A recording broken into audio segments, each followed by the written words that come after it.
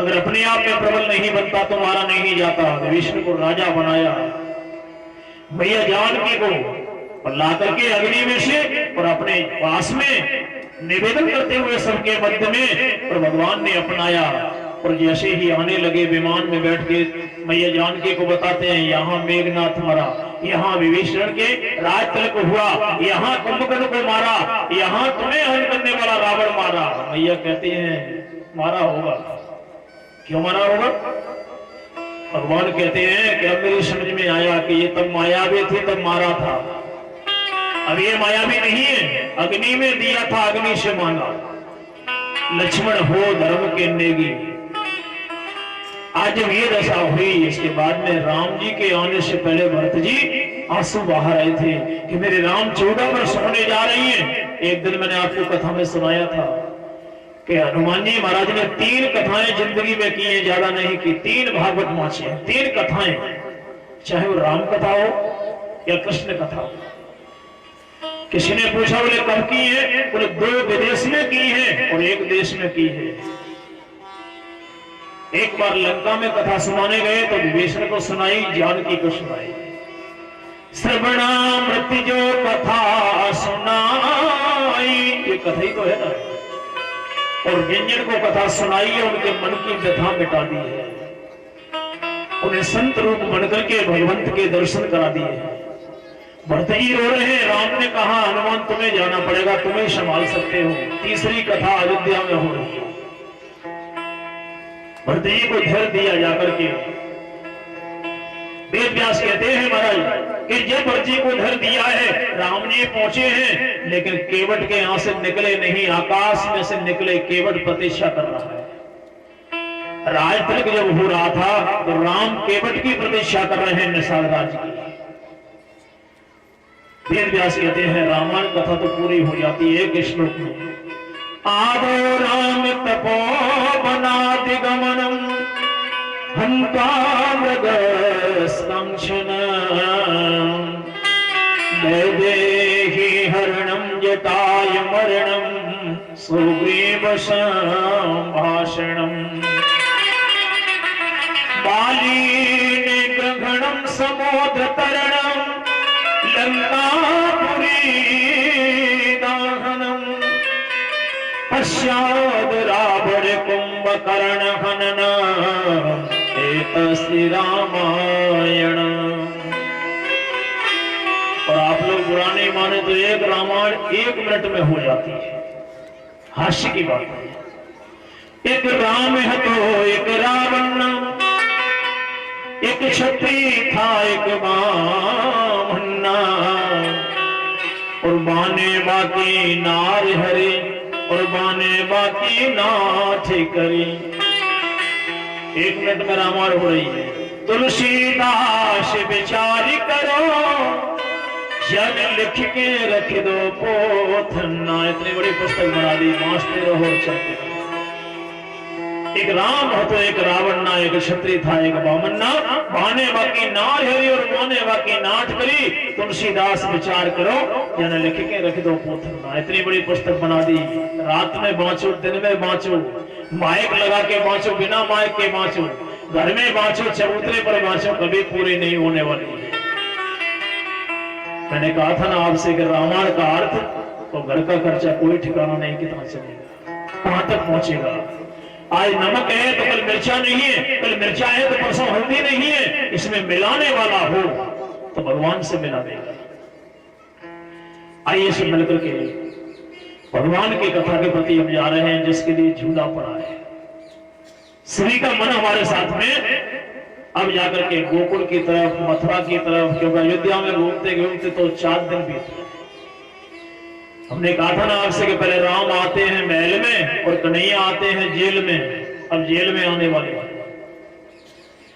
वेद व्यास कहते हैं महाराज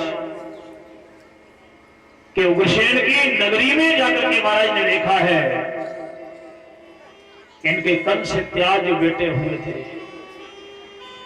और कंस इतना उपद्रवी हो गया है, किसी से प्रेम नहीं करता,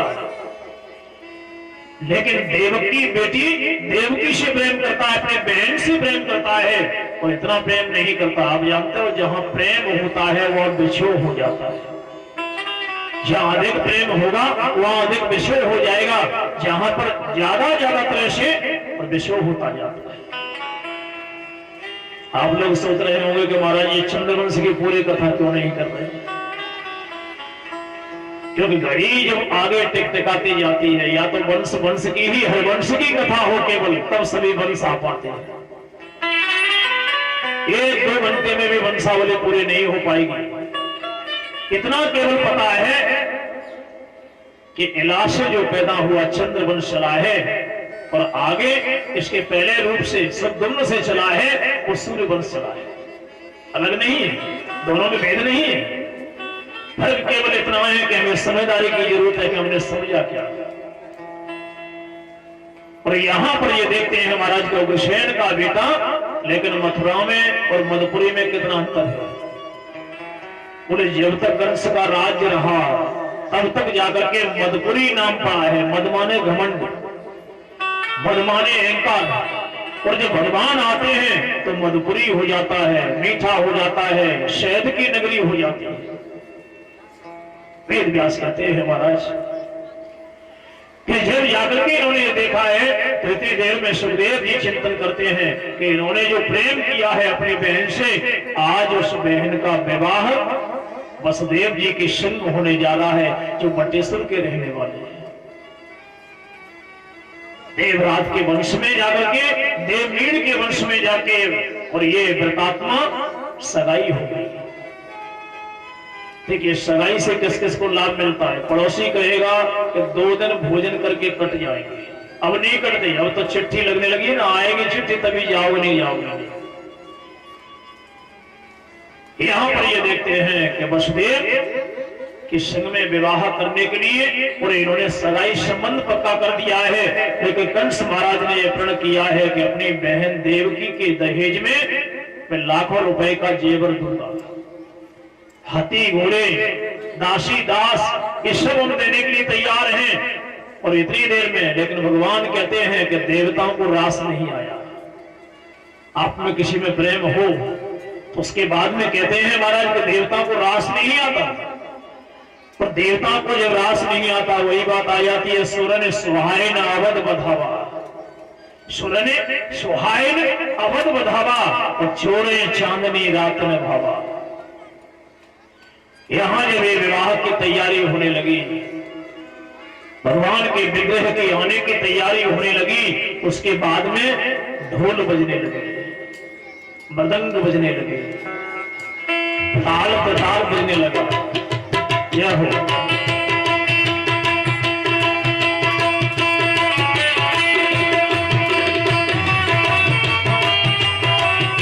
देवकी के विवाह में जितने सब बैठे हैं सब शामिल हो रहे हैं। और ऐसे ही भगवान के प्रकट होने में सभी शामिल होने आए हैं। इन्हें देवकी के विवाह की नहीं पड़ी है, भगवान कब आएंगे। यह हो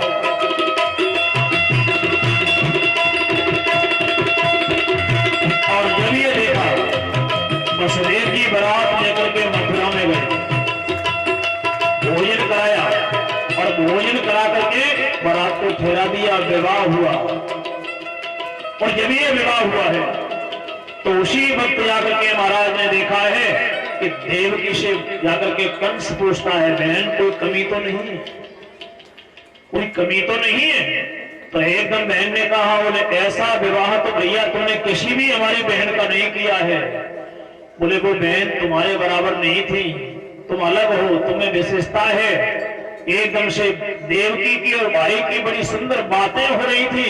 इतनी देर में जाकर के वसुदेव जी के जाने की जब तैयारी हुई तो रथ में देवकी को बिठा लिया, रथ में देवकी को बिठा लिया है। और एकदम से वहां देवकी को बिठा करके घर गृहस्थी की बातें करते गए। बोले बहन अगर मेरे जीजा जी तुम्हें कहीं तंग करें तो एक बार खबर कर देना, मैं वहीं आ जाऊंगा। मुझे कंस कहते हैं, मेरा नाम कंस है। एकदम से देवकी बोली कि वो भी तो सीधे साधे हैं, वसुदेव है। वसुदेव का मतलब जो वासुदेव को प्रकट कर ले मन में, और देवकी का मतलब है कि भगवान को जो प्रकट हृदय में कर ले उसका नाम देवकी है। इतनी देर में जब रथ धीरे धीरे जाने लगा, रथ धीरे धीरे जब जाने लगा तो इतनी देर में देवता देखने के लिए आकाश मंडल में आए और आकाश में से देख करके बोले, अरे ये रथ अगर कंस ले जाएगा तो ये आगे बात पछ देने लायक बन जाएगा, ये कभी जिंदगी में झगड़ा नहीं करेगा। और इतनी जब बात देखी तो आकाश मंडल से एकदम से आकाशवाणी हुई, एक कंस जब कहा तो एकदम से कंस ने ऊपर देखा, जब इन्होंने कहा से अवध कह रहा है, कोई बिना बुद्धि वाला कह रहा है, कंस मुझे 3 बार कहा कि जिस देवकी को तू लेकर के जा रहा है, बार बार कहा जिस देवकी को तू लेकर के जा रहा है उसका आत्मा अगर तेरा काल होगा, काल होगा, बार बार कहा। तो एकदम से कंस नीचे उतर करके आया। कंस ने कहा यहां से आवाज आई, इधर से आई, यहां से आई, आजू बाजू से सब जगह से आवाज दे करके कंस बोला, ये तो कोई मुझे संकेत कर रहा है। और इतनी देर में उसने कहा कि जिस देवकी को लेकर के तुम जा रहे हो उसी का आत्मा गर्भ तेरा काल होगा, काल होगा। कंस ने कहा 1 बार कहा होता तो नहीं मानता, 2 बार कहा होगा, 3 बार कहा जा रहा है। इतनी देर में कंस ने एकदम से कहा कि जिससे मैं प्रेम कर रहा हूं, जिसका कन्यादान कर रहा हूं, जिसके लिए दहेज दे रहा हूं, घोड़ा घोड़ी और रतन ला करके दे रहा हूं, हाथी घोड़े दे रहा हूं, दास दासियां दे रहा हूं, केवल उसी का बेटा। और जब ये कहा कि उसी का बेटा है तो उतनी देर में कंस ने देवकी के केसों को एकदम से खींचते हुए और एकदम केस पकड़ लिए हैं, नीचे ला करके देवकी को घसीटने लगा। बहन ने देखा, भाई ये तुम क्या कर रहा है? वसुदेव ये देखते रह गए। कंगन हाथ में बना है, मुकुट पहने हुए हैं, दूल्हा बनकर के आए हैं, विदा होके घर जा रही है और पत्नी को वहां पर घसीटा जा रहा है। देवकी की आंखें भर आई। देवकी ने कहा भैया भैया, 3 बार कहा, बोले भैया भैया कहते के 3 बार कहा, लेकिन भैया नहीं रहे। क्यों? कि भैया होता तो सुनता। आज वो कंस बन गया। और एकदम से कंस ने कहा मैं किसी का भाई नहीं हूं। अरे न होगा बांस, न बजेगी बांसुरी, न ये वंश चल पाएगा आगे, न देवकी होगी न कहीं कोई आएगा। और जब देव की मां नहीं होगी तो बेटा कहां से आएगा? जब ये कहा आकाश